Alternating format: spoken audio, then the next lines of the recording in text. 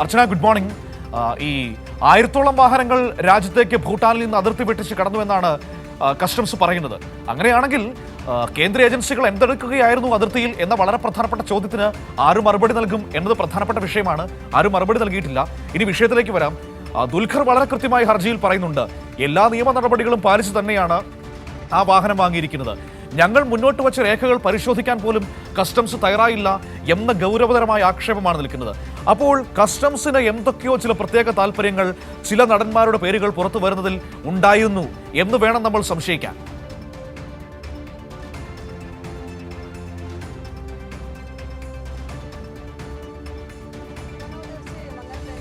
ഇതുവരെയുള്ള ഈ കസ്റ്റംസിന്റെ നടപടിയിൽ നിന്ന് നമ്മൾ മനസ്സിലാക്കേണ്ടത് പ്രധാനമായും ഓപ്പറേഷൻ നങ്കൂറിന്റെ ഭാഗമായിട്ടാണ് കേരളത്തിൽ 35 ഇടങ്ങളിൽ പരിശോധന നടന്നത്. ഇതിൽ ദുൽഖറിന്റെ വീട്ടിൽ നടത്തിയ പരിശോധനയിൽ ലാൻഡ് റോവർ വാഹനമാണ് പിടിച്ചെടുത്തത്. ഈ ഘട്ടത്തിൽ ദുൽഖർ എല്ലാ രേഖകളും കാണിക്കാൻ തയ്യാറായിരുന്നു. എന്നാൽ ഇതൊന്നും പരിശോധിക്കാൻ കസ്റ്റംസ് തയ്യാറായില്ല എന്ന ഗുരുതര ആരോപണമാണ് ആ ഘട്ടത്തിൽ ഈ ഹർജിയിൽ പ്രധാനമായും ദുൽഖർ സൽമാൻ ചൂണ്ടിക്കാണിക്കുന്നത്. മാത്രമല്ല, താൻ ഈ വാഹനം വാങ്ങിയത് എല്ലാ രേഖകളോടു കൂടിയാണ്. 2020 അദ്ദേഹം ഈ വാഹനം സ്വന്തമാക്കുന്നത്. 2002 ഇറങ്ങിയ വാഹനമാണ്. ക്ഷമിക്കണം, 2004 ഇറങ്ങിയ മോഡൽ വാഹനമാണ്. അത് മറ്റൊരാളാണ് ഇത് വാഹനം വാങ്ങിയത്. അയാൾ ഈ ഇറക്കുമതി എല്ലാം ഈ തീരുവയെല്ലാം അടച്ചതിന് ശേഷമാണ് വാഹനം വാങ്ങിയത്. ഭൂട്ടാനിൽ നിന്ന് എത്തിച്ചതല്ല, താൻ ഇവിടെ നിന്ന് വാങ്ങിയ വാഹനമാണ് എന്നാണ് ദുൽഖർ ഈ ഹർജിയിൽ ചൂണ്ടിക്കാണിക്കുന്നത്. അതുകൊണ്ട് തന്നെ ഇതിലൊരു നിയമവിരുദ്ധമായുള്ള പ്രവർത്തനങ്ങളും നടന്നിട്ടില്ല. മാത്രമല്ല, ഇതിൻ്റെ എല്ലാ രേഖകളും ദുൽഖർ സൽമാന്റെ കയ്യിലുണ്ട്. ഇതുമായി ബന്ധപ്പെട്ട് ബാങ്കിലാണ് അദ്ദേഹം പൈസ അടച്ചത് ഈ വാഹനം വാങ്ങാൻ. അതിന്റെ കാര്യങ്ങൾ വളരെ വ്യക്തമാണ്. ഈ സെക്കൻഡ് ഹാൻഡ് വാഹനങ്ങൾ വാങ്ങുക എന്നത് പലരുടെയും ഒരു ഹോബിയാണ്. അത് വാങ്ങി മോഡിഫിക്കേഷനൊക്കെ വരുത്തി ഉപയോഗിക്കുന്നത് പലരുടെയും ഹോബിയാണ്. അങ്ങനെയുള്ള യൂസ്ഡ് കാറുകൾ വിൽക്കുന്ന ഷോപ്പുകൾ നമ്മുടെ നാട്ടിൽ ഒരുപാടുണ്ട്. അത് ഈ നാട്ടിലെ നിയമമനുസരിച്ച് പ്രവർത്തിക്കുന്നതാണല്ലോ. അതുപോലൊരു ഷോപ്പിൽ നിന്ന് വാങ്ങിയ വാഹനമാണിത്. ദുൽഖർ ഒരിക്കലും ഈ വാഹനത്തിന്റെ ഫസ്റ്റ് ഓണർ ആയിരുന്നില്ല. അതിന്റെ രേഖകളടക്കമുണ്ട്. പക്ഷേ അത് കാണിക്കുമ്പോൾ അത് പരിശോധിക്കാൻ പോലും നിൽക്കാതെയാണ് കസ്റ്റംസ് ഉദ്യോഗസ്ഥർ ഈ വണ്ടി എടുത്തുകൊണ്ട് പോകുന്നത്. അതാണ് അവിടുത്തെ പ്രശ്നം. അവിടെയാണ് നമ്മൾ നേരത്തെ പറഞ്ഞ ചില നടന്മാരുടെ, ഇപ്പോൾ ദുൽഖറിന്റെയും പൃഥ്വിരാജിന്റെ പേരുകൾ മാത്രമാണല്ലോ പുറത്തേക്ക് വന്നത്. പിന്നീട് ഒരു അമിത് ചക്കാലക്കലിന്റെ പേര് വന്നു. അപ്പോൾ ചിലരുടെ പേരുകൾ പുറത്ത് കേൾപ്പിക്കാനും അവരെ ഇങ്ങനെ പുകമറയിൽ നിർത്താനും ആരൊക്കെയോ താല്പര്യപ്പെടുന്നുണ്ട് എന്നതിന്റെ കൂടി ഒരു കാഴ്ചയായിരുന്നു ഈ റെയ്ഡും അതിന്റെ തുടർച്ചയും.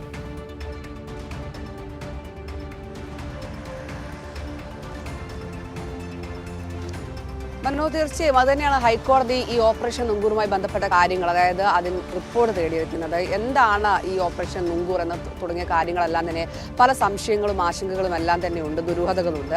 ഇതെല്ലാം തന്നെ ഇന്ന് ഈ കസ്റ്റംസുമായി ബന്ധപ്പെട്ട റിപ്പോർട്ട് കൈമാറാൻ പറഞ്ഞിട്ടുണ്ട്. അതുകൊണ്ട് തന്നെ എന്താണ് ഇതിന് പിന്നിൽ പ്രവർത്തിക്കുന്ന, അല്ലെങ്കിൽ എന്താണ് ഇതിന് പിന്നിലുള്ള കാര്യങ്ങളെന്ന് ഇതുവരെ വ്യക്തമല്ല. കാരണം നമുക്കറിയാം, അന്ന് പത്രസമ്മേളനം വിളിച്ചപ്പോൾ പോലും പാതി വഴിയിൽ ആ പത്രസമ്മേളനം നിർത്തിപ്പോകുന്ന ഒരവസ്ഥയായിരുന്നു. കാരണം ഈ ഓപ്പറേഷൻ നുങ്കൂറുമായി ബന്ധപ്പെട്ട പ്രധാനപ്പെട്ട കാര്യങ്ങളെല്ലാം പറയുന്നു.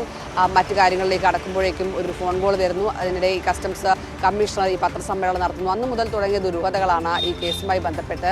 പിന്നീട് ഇതുവരെ അദ്ദേഹം മാധ്യമങ്ങളെ കാണുകയോ അല്ലെങ്കിൽ ഈ ഓപ്പറേഷൻ നുങ്കൂറുമായി ബന്ധപ്പെട്ട കാര്യങ്ങൾ പറയുകയോ ചെയ്തിട്ടില്ല എന്നതും ഇതിൽ വ്യക്തമാണ്. മാത്രമല്ല, കേരളത്തിൽ മാത്രമാണ് ഇത്തരത്തിലൊരു പരിശോധന നടക്കുകയും ചെയ്തത്. അതിൽ പ്രധാനമായും വന്നത് ദുൽഖറിന്റെയും പൃഥ്വിരാജിന്റെയും പേരുകളാണ്. ഏകദേശം 35 ഇടങ്ങളിൽ കേരളത്തിൽ മാത്രം പരിശോധന നടത്തിയിട്ടുണ്ട്. അതിൽ പിടിച്ചെടുത്തത് ദുൽഖറിന്റെ വാഹനമാണ്. അത് മാത്രമല്ല, എല്ലാ രേഖകളും അദ്ദേഹത്തിന്റെ കയ്യിലുണ്ട്.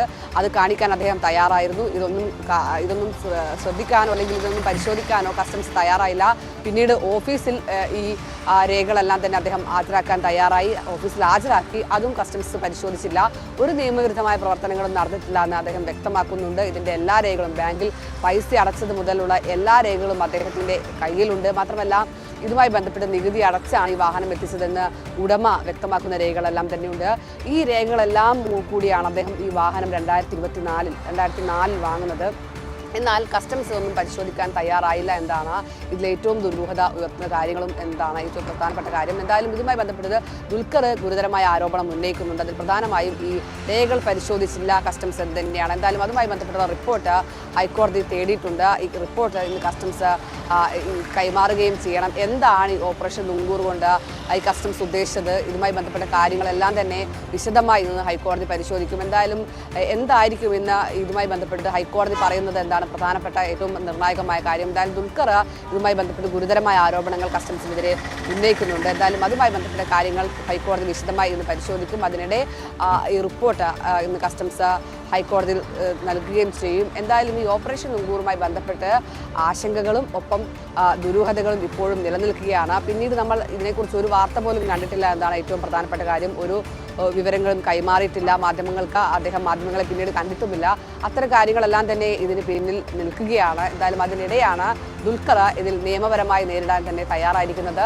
എന്തായാലും എന്താണ് ഇതിന് പിന്നിൽ പ്രവർത്തിച്ച ബാഹ്യശക്തികൾ, അല്ലെങ്കിൽ എന്താണ് ഇത്തരത്തിലൊരു ഓപ്പറേഷൻ നുങ്കൂറുമായി ബന്ധപ്പെട്ട കാര്യങ്ങൾ എന്താ അറിയേണ്ടതുണ്ട്. എന്തായാലും കോയമ്പത്തൂർ കേന്ദ്രീകരിച്ചിട്ടുള്ള തട്ടിപ്പ് സംഘമാണ് ഇതിന് പിന്നിലെന്ന് പറയുന്നുണ്ട്. എന്നാൽ അവരിലേക്ക് അന്വേഷണം എത്തിയോ, അവരുമായി ബന്ധപ്പെട്ട കാര്യങ്ങൾ എന്താണ്, ഈ ഓപ്പറേഷൻ ഈ ഭൂട്ടാനിൽ നിന്ന് എങ്ങനെ ഈ വാഹനങ്ങൾ ഈ നികുതി അടയ്ക്കാതെ എത്തിക്കുന്നു തുടങ്ങിയ കാര്യങ്ങളൊന്നും ഇതുവരെ വ്യക്തതയില്ല. എന്നാൽ ഇവരുടെ വാഹനങ്ങൾ പിടിച്ചെടുത്തു, അതായത് ഒരു തരത്തിലും ഇതിൽ പങ്കാളികളാകാത്ത അല്ലെങ്കിൽ ഇതിനെക്കുറിച്ച് യാതൊരു അറിവുമില്ലാത്ത ആളുകളുടെ വാഹനം പിടിച്ചെടുത്താണ് ഇപ്പോൾ ഇങ്ങനെ ഇത്തരത്തിലുള്ള കാര്യങ്ങൾ കാണിക്കുന്നതാണ് ഏറ്റവും പ്രധാനപ്പെട്ട കാര്യം. എന്തായാലും കസ്റ്റംസിനെതിരെ ഈ സോഷ്യൽ മീഡിയയിലടക്കം വലിയ വിമർശനങ്ങളും ഒപ്പം ദുരൂഹതകളും ആശങ്കകളും സംശയങ്ങളും എല്ലാം തന്നെ ആളുകൾ ഉന്നയിക്കുന്നുണ്ട്. എന്തായാലും അതിലൊരു വ്യക്തത വരുത്തേണ്ടത് കസ്റ്റംസിന്റെ ഉത്തരവാദിത്തമാണ്. അതുകൊണ്ട് തന്നെ ഇന്ന് ഹൈക്കോടതിയിൽ അവർ സമർപ്പിക്കുന്ന റിപ്പോർട്ട് എന്താകുമെന്നാണ് നമ്മൾ കാണേണ്ടത്.